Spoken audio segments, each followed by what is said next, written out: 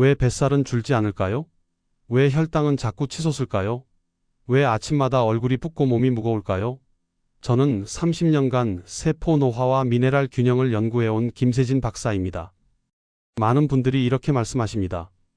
밥을 줄이고 채소만 먹는데도 뱃살이 그대로라고요. 운동도 하는데 혈당은 안 내려간다고요. 그러면서 스스로를 탓하십니다. 내가 의지가 약해서 그렇다, 나이가 들어서 어쩔 수 없다고요. 하지만 절대 그렇지 않습니다. 문제는 여러분의 세포가 딱딱하게 굳어버렸기 때문입니다. 젊었을 땐 피부를 꼬집어도 금방 돌아왔죠. 지금은 어떻습니까?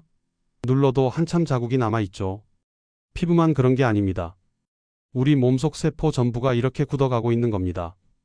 세포가 굳으면 어떤 일이 벌어질까요?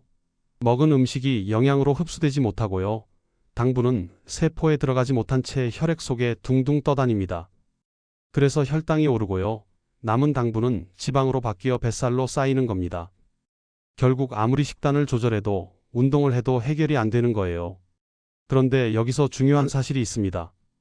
굳어버린 세포를 다시 말랑말랑하게 되돌리는 방법이 있다는 겁니다. 그리고 놀랍게도 그 방법은 아주 간단합니다. 아침에 마시는 소금물 한 잔, 이것만으로도 세포가 깨어나기 시작하거든요. 저 역시 직접 실험했습니다. 무려 1500일 동안 매일 아침 소금물을 마셨어요. 그 결과 허리둘레가 15cm 줄었고요. 180에 가까웠던 혈당이 90까지 안정됐습니다. 식단을 혹독하게 관리하지도 않았어요. 외식을 조금 줄이고요. 일주일에 한 번 가볍게 걷는 것밖에 없었죠. 이건 단순한 다이어트 비법이 아닙니다. 세포가 다시 살아나면서 몸 전체가 변하는 원리예요. 제가 실제 사례와 함께요. 어떤 소금이 좋은지, 얼마나 먹어야 하는지, 그리고 절대 놓치면 안 되는 주의사항까지 오늘 다 알려드리겠습니다. 이 영상을 끝까지 보시면 소금물 한 잔이 뱃살, 혈당, 붓기, 염증, 변비까지 바꾸는 원리를 완전히 이해하실 수 있을 겁니다. 여러분, 지금 몸이 무겁고 뱃살이 줄지 않아 답답하시다면 절대 중간에 나가지 마시고 끝까지 함께 해주세요. 여러분은 아침에 일어났을 때 몸이 얼마나 무거우신가요? 댓글로 알려주세요. 챕터 2 공감사연. 저에게 상담을 오셨던 69세 이순자님 이야기를 들려드리겠습니다. 이순자님은 밥도 반 공기만 드시고요. 고기는 줄이고 채소 위주로 드셨습니다. 그런데도 허리띠는 점점 조여오고요. 아침마다 피곤해서 소파에 앉으면 그대로 꾸벅졸곤 하셨죠. 더 속상한 건 뱃살이었습니다. 치마 허리가 점점 조여오는데 체중계 숫자는 변하지 않으니까요. 본인은 게을러서 그렇다, 나이가 드니 어쩔 수 없다며 자책하셨어요. 하지만 원인은 전혀 달랐습니다. 세포가 굳어버려서 먹은 영양분이 흡수되지 못한 거였어요. 69세 이순자님은 아침마다 미지근한 물에 소금 한 꼬집을 넣어 마시는 습관을 시작했고요. 단 일주일 만에 몸이 가벼워졌습니다. 예전에는 걸레질 조금만 해도 숨이 차서 소파에 쓰러졌는데요. 지금은 집안일을 한참 해도 버틸 힘이 생겼다고 하시더라고요. 오늘 이 영상에서 말씀드릴 내용은 여러분의 건강관리 방식을 완전히 바꿀 수 있는 중요한 지혜입니다. 이 이야기를 끝까지 듣고 실천하셔야만 진정한 변화를 경험할 수 있어요. 혹시 아직 구독과 좋아요를 누르지 않으셨다면요. 지금 바로 눌러주세요. 이 채널은 여러분의 건강한 노년을 응원합니다. 끝까지 보지 않으시면 가장 중요한 실천법을 놓치게 됩니다. 뒤에 나올 소금 선택 방법을 모르시면 지금까지의 노력이 의미 없어질 수 있어요. 이런 중요한 정보를 더 많은 분들이 알 수 있도록 구독과 좋아요로 응원해주세요. 이처럼 작은 변화만으로도 몸은 달라질 수 있습니다. 여러분의 식습관을 바꾸는 작은 실천만으로도 충분히 일어날 수 있는 일이죠. 그래서 이제는 우리 일상에서 소금물이 만들어내는 5가지 변화를 하나씩 짚어보겠습니다. 소금물 한 잔이 만드는 5가지 변화. 먼저 가장 많이 고민하시는 뱃살 이야기부터 시작할게요. 세포가 굳으면 당분이 세포로 들어가지 못하고요. 그대로 지방으로 쌓이게 됩니다. 이 부분이 정말 중요한데요. 한국영양학회에서 발표한 연구를 보면요. 미네랄이 세포막 투과성을 높여서 에너지 대사를 개선한다고 합니다. 제가 만난 분 중에 68세 박정자님이라는 분이 계셨는데요. 소금물 습관을 시작한 지 2달 만에 허리띠가 헐렁해졌다고 하시더라고요. 아침 공복에 소금물 한 잔을 천천히 마시는 것만으로도 이런 변화가 온 거예요. 여기서 주의할 점은요. 과하게 짜게 마시면 위에 부담이 된다는 겁니다. 여러분도 줄지 않는 뱃살 때문에 고민해 보신 적 있으신가요? 두 번째로 혈당 이야기를 해볼게요. 세포가 당을 받아들이지 못하면요, 혈액 속에 당이 계속 쌓이게 됩니다. 미국 당뇨학회에서 밝힌 내용을 보면요, 미네랄 불균형이 인슐린 저항성과 관련이 있다고 해요. 71세 김도현님 사례를 말씀드릴게요. 김도현님은 아침마다 소금물을 마신 뒤에 잦은 갈증이 확 줄었다고 하셨어요. 이렇게 해보시면 도움이 되는데요.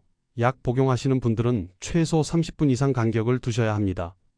당뇨약 드시는 분들은 특히 이 간격을 꼭 지켜주셔야 해요. 혈당 때문에 밤에 자주 깨신 적 있으신가요? 세 번째는 아침마다 퉁퉁 붓는 얼굴 이야기입니다. 세포막 기능이 떨어지면요, 물이 세포 밖에 고여서 붓기가 생기게 돼요. 한국생리학회 보고서를 보면요, 미네랄이 세포 내외 삼투압을 조절한다고 나와 있습니다. 62세 장미숙님은 정말 신기한 경험을 하셨는데요. 아침마다 퉁퉁 붓던 얼굴이 2주 만에 맑아졌다고 해요. 미지근한 물에 소금 타서 천천히 마시는 것만으로도 이렇게 달라지는 거예요. 여기서 주의할 건요, 저녁에 먹는 짠 음식하고는 완전히 다르다는 겁니다. 아침마다 붓기로 고생하신 경험 있으신가요? 네 번째는 만성염증입니다. 세포 안에 쌓인 노폐물이 바로 염증의 근본 원인이거든요. 일본 도쿄대 연구팀이 발표한 내용을 보면요, 미네랄 보충이 염증 수치를 낮춘다고 합니다. 76세 이재호님은 정말 오랫동안 비염으로 고생하셨는데요. 소금물 습관을 시작한 뒤에 잤던 비염이 많이 완화됐다고 하세요. 이렇게 해보시면 좋은데요. 소금물 마신 후에 가벼운 걷기를 병행하시면 더 좋아요. 처음에는 소변이 좀 잦을 수 있는데요. 이건 몸이 노폐물을 배출하는 과정이니까 걱정 안 하셔도 됩니다. 이유 없는 통증이나 피곤함을 느끼신 적 있나요? 다섯 번째는 변비 문제입니다. 소금물이 장 운동을 깨우고요, 수분을 끌어들여서 배변을 편하게 만들어줘요. 대한소화기학회에서 보고한 내용을 보면요, 미네랄 섭취가 장 운동 촉진에 도움이 된다고 나와 있습니다. 74세 최정희님은 소금물 습관을 시작한 뒤로요, 매일 아침 편안하게 배변할 수 있게 됐다고 하세요. 기상 직후 공복에 마시는 게 가장 효과적이에요. 여기서 주의할 점은요, 변비약과 함께 드시면 안 된다는 겁니다. 화장실 때문에 힘들었던 경험 있으신가요? 이제 원리를 이해하셨다면요, 실제로 어떻게 실천해야 하는지 구체적으로 정리해 드리겠습니다. 첫 번째로 가장 중요한 건 아침 공복에 마시는 겁니다. 밤새 빠진 미네랄을 가장 빨리 채워주는 시간이거든요. 잠자는 동안 우리 몸은 계속 에너지를 쓰면서 미네랄을 소모하는데요. 아침에 일어났을 때가 바로 세포가 가장 목말라 하는 순간이에요. 식사 직후에 마시면 효과가 확 줄어들어요. 음식물과 섞이면서 흡수율이 떨어지거든요. 일어나자마자 바로 한 잔 마시는 게 가장 좋아요. 저 같은 경우는 침대 옆 탁자에 미리 소금물을 준비해 두고요, 눈 뜨자마자 마십니다. 여러분은 아침 루틴이 어떻게 되시나요? 두 번째는 적정 농도를 지키는 겁니다. 200ml 물에 소금 한 꼬집 정도가 딱 좋아요. 한 꼬집이라는 게 애매하시죠? 엄지와 검지, 중지 세 손가락으로 살짝 짚는 정도예요. 대략 1g에서 1.5g 정도 되는데요. 너무 정확하게 재실 필요는 없어요. 너무 짜면 위에 부담이 되거든요. 위벽이 자극받으면 속이 쓰릴 수 있어요. 약간 짭짤할 정도만 유지하시면 됩니다. 바닷물 맛을 약하게 한 정도라고 생각하시면 돼요. 혹시 너무 짜서 중단하신 적 있으신가요? 세 번째는 어떤 소금을 쓰느냐예요. 미네랄이 풍부한 자연 소금이 좋습니다. 정제염은 절대 피하셔야 해요. 정제염은 나트륨만 99% 이상이고요. 다른 미네랄은 거의 다 빠져나간 상태거든요. 천일염이나 핑크솔트, 용소금 같은 걸 쓰시면 좋아요. 천일염은 우리나라 바닷물을 햇볕에 말린 거라 마그네슘, 칼륨, 칼슘 같은 미네랄이 풍부해요. 핑크솔트는 히말라야 산맥에서 나오는 암염인데요. 80가지가 넘는 미네랄이 들어있어요. 용소금은 대나무통에 넣어서 구운 소금인데요. 알칼리성이 강해서 세포 회복에 특히 좋습니다. 집에서는 어떤 소금을 쓰고 계신가요? 네 번째는 꾸준함입니다. 세포가 회복되려면 시간이 필요하거든요. 최소 3개월 이상은 꾸준히 하셔야 효과를 보실 수 있어요. 첫 일주일은 몸이 가벼워지는 걸 느끼시고요. 한 달쯤 지나면 뱃살이 조금씩 빠지기 시작해요. 3개월 정도 되면 혈당 수치가 안정되고요. 6개월 넘어가면 완전히 다른 사람이 된 것처럼 느껴지실 겁니다. 하루 이틀 하고 포기하시면 안 됩니다. 알람을 맞춰서 습관화하시는 게 좋아요. 스마트폰 알람을 아침 6시 30분에 맞춰 놓고요. 알람 이름을 소금물이라고 저장해 두세요. 건강 습관 꾸준히 유지해 본 적 있으신가요? 다섯 번째는 개인 상황에 맞춰 조절하는 겁니다. 신장이나 심장 질환이 있으신 분들은 주의가 필요해요. 신장 기능이 떨어진 분들은 나트륨 배출이 잘 안 되거든요. 심장 질환이 있으신 분들도 혈압 관리 때문에 조심하셔야 하고요. 약 드시는 분들은 최소 30분 간격을 지켜주셔야 하고요. 특히 혈압약이나 당뇨약 드시는 분들은 더욱 주의하세요. 처음에는 소량으로 시작해서 천천히 늘려가는 게 안전합니다. 첫 주에는 물 300ml에 소금 반 꼬집 정도로 시작하세요. 약 때문에 고민되시는 분 계신가요? 여섯 번째로 말씀드릴 건 물 온도예요. 미지근한 물이 가장 좋습니다. 체온과 비슷한 온도가 딱 좋아요. 대략 35도에서 40도 정도요. 너무 차가운 물은 위장에 자극이 되고요. 세포막도 수축시켜서 흡수가 잘 안 돼요. 너무 뜨거운 물은 미네랄 흡수를 방해할 수 있어요. 뜨거운 물에 소금을 타면 일부 미네랄이 변성될 수 있거든요. 체온과 비슷한 온도의 물에 타서 마시면 세포가 가장 잘 받아들입니다. 겨울철에는 좀 더 따뜻하게, 여름철에는 조금 미지근하게 조절하시면 돼요. 일곱 번째는 타이밍입니다. 식사 30분 전에 마시는 게 가장 이상적이에요. 식사 직전이나 식사 중에 마시면 소화액이 희석돼서 소화에 방해가 될 수 있거든요. 아침 기상 후 30분 안에 마시고요. 그 후 30분 뒤에 식사하시면 완벽합니다. 그러니까 6시에 일어나셨으면요. 6시 10분까지는 소금물을 마시시고요. 7시쯤 아침 식사를 하시는 거예요. 이 간격을 지키는 게 정말 중요해요. 소금물이 세포에 흡수될 시간을 충분히 주는 거거든요. 여덟 번째로 알려드릴 건 병행하면 좋은 습관들이에요. 소금물 마신 후에 가볍게 스트레칭을 해주시면요. 세포 순환이 더 빨라집니다. 팔을 쭉 펴서 기지개를 켜고요. 목을 천천히 돌리고 허리를 좌우로 비틀어 주세요. 창문을 열고 신선한 공기를 마시면서 몸을 깨우는 것도 좋고요. 5분 정도 제자리 걸음을 하시는 것도 도움이 돼요. 72세 홍순자님은 소금물 마신 후에 베란다에서 맨발로 5분간 제자리 걸음을 하시는데요. 이게 정말 효과가 좋다고 하세요. 아홉 번째는 물의 종류입니다. 수돗물보다는 정수된 물이나 생수가 좋아요. 수돗물에는 염소 성분이 남아 있을 수 있거든요. 정수기 물이나 생수를 사용하시되요. 너무 차갑게 보관된 물은 상온에 30분 정도 두셨다가 사용하세요. 미네랄 워터를 쓰시면 더 좋긴 한데요. 굳이 비싼 물을 살 필요는 없어요. 일반 정수기 물에 좋은 소금을 타는 것만으로도 충분합니다. 열 번째는 계절별 조절입니다. 여름철에는 땀을 많이 흘리니까 소금 양을 조금 늘려도 돼요. 한 꼬집 반 정도로 늘리시면 좋아요. 겨울철에는 기본 양을 유지하시되요. 물 온도를 조금 더 따뜻하게 하세요. 봄, 가을은 기본대로 하시면 되고요. 여름철 운동 후에는 소금물을 한 잔 더 드셔도 괜찮아요. 땀으로 빠진 미네랄을 보충해 주는 거죠. 11번째는 보관 방법입니다. 소금물을 미리 만들어서 보관하시면 안 돼요. 반드시 마시기 직전에 만드셔야 합니다. 미리 타둔 소금물은 미네랄이 산화되거든요.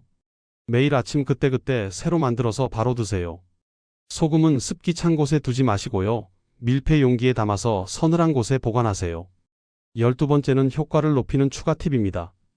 소금물 마시기 전에 물 한 모금을 먼저 마셔서 입안을 헹구세요.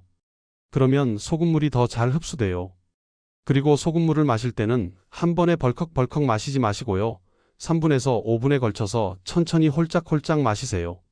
세포가 미네랄을 받아들일 시간을 주는 거예요. 이제 오늘 내용을 마무리하면서 핵심만 정리해드리겠습니다. 오늘은 아침 소금물 한 잔이 만들어내는 5가지 변화를 말씀드렸습니다. 잘못된 상식은 소금이 무조건 해롭다는 거였죠. 하지만 올바른 소금과 올바른 방법은 오히려 세포를 회복시키고요. 뱃살과 혈당을 안정시킨다는 게 오늘의 핵심이었습니다. 이걸 그냥 방치하면 어떻게 될까요? 뱃살은 점점 더 늘어나고요. 혈당은 악화되고 붓기는 심해지고 염증은 만성화되고 변비는 더 심각해집니다. 하지만 올바른 방법으로 실천하시면요. 세포가 젊어지면서 몸 전체가 활력을 되찾게 됩니다. 제가 30년간 연구하면서 깨달은 건요. 건강은 거창한 게 아니라는 겁니다. 아침에 일어나서 소금물 한 잔 마시는 작은 습관이요. 여러분의 세포를 깨우고 몸 전체를 바꿀 수 있어요. 68세 박정자님도, 71세 김도현님도, 62세 장미숙님도, 76세 이재호 님도 74세 최정희 님도 모두 이 작은 습관으로 변화를 경험하셨습니다. 오늘 당장 실천할 수 있는 단 하나의 제안을 드릴게요. 내일 아침요. 공복에 미지근한 물 한 잔에 1000일염 한 꼬집을 넣어서 천천히 마셔보세요. 단 일주일만 해보셔도 몸이 가벼워지는 걸 느끼실 수 있을 겁니다. 중요한 건 농도예요. 200ml 물에 소금 한 꼬집, 약간 짭짤할 정도면 딱 좋습니다. 너무 짜게 하지 마시고요. 미지근한 온도로 천천히 마시세요. 식사 30분 전에 마시고요. 약 드시는 분들은 반드시 30분 이상 간격을 지켜주세요. 그리고 꼭 기억하세요. 정제염 말고 천일염이나 핑크솔트 같은 자연 소금을 쓰셔야 합니다. 미네랄이 풍부한 소금이어야 세포가 제대로 깨어날 수 있거든요. 하루 이틀 하고 포기하지 마시고요. 최소 3개월은 꾸준히 하셔야 진짜 변화를 경험하실 수 있어요. 다음 영상에서는 소금물 외에도 세포 건강을 지키는 또 다른 생활 습관을 알려드리겠습니다. 잠자는 시간을 조금만 바꿔도 세포 재생 속도가 달라진다는 사실 알고 계셨나요? 수면과 세포 회복의 비밀을 다음 시간에 자세히 다뤄볼게요. 여러분은 지금 뱃살과 혈당 때문에 어떤 고민을 하고 계신가요? 아침에 일어났을 때 몸이 얼마나 무거우신가요? 소금물 습관을 시작해 보실 건가요? 댓글로 여러분의 이야기를 꼭 남겨주세요. 여러분의 작은 실천이 건강한 노년을 만드는 첫걸음이 될 겁니다.